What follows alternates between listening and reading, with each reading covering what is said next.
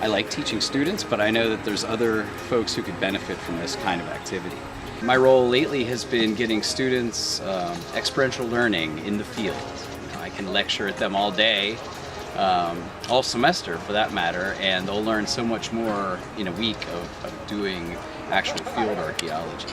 The reason we paired up this time was not to run a field school per se, but to involve two of our Juniata College students in some actual archaeological excavation. We thought what better place to do it than here because they're so set up kind of for this, to host us.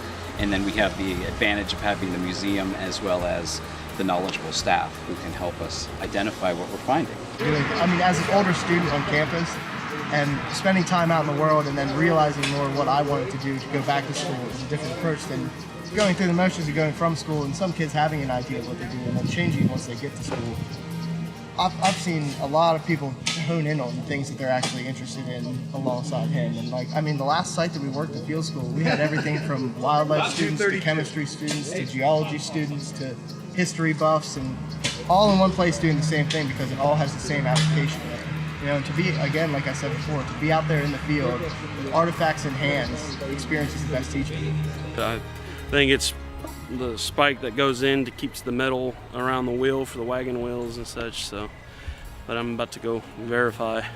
The coolest thing from my aspect is comparing, when I learned about how things were, back in, like the 1700s for the soldiers and stuff, compared to my time in service, you can see the things that change and the things that stay the same, that the things that I did that, these guys 250 years ago were doing themselves. Our mission this summer, it was really to spend a week out here getting our students to mingle with combat veterans. They have a different perspective on being on a fire base, for instance, being in combat, reading the terrain, thinking about security and where they would place things. So they're actually helping us figure out where to dig.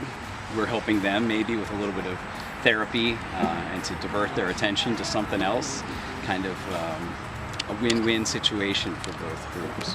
The idea behind this was to get a lot of veterans out of their comfort zone. Many of them, when they get out of military service, can tend to withdraw into their own little world. And it just develops that sense of camaraderie, that sense of purpose that they had when they were in military service.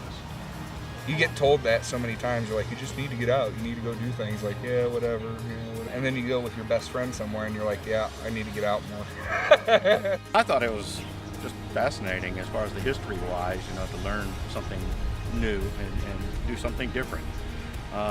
Since getting out of the Army, I pretty much secluded myself and haven't really gotten out and done a whole lot of anything. And since we've talked about doing this, I've decided to go back to school. Just starting to get out a little bit, and I'm enjoying this. Since digging into the ground, and kind of getting my hands dirty and actually finding things, it for me kind of makes history come alive a little bit more, and now I have a greater appreciation for the history that is here, and I just want to keep finding more things. And I'm already asking if I can come along to another Operation Nightingale event.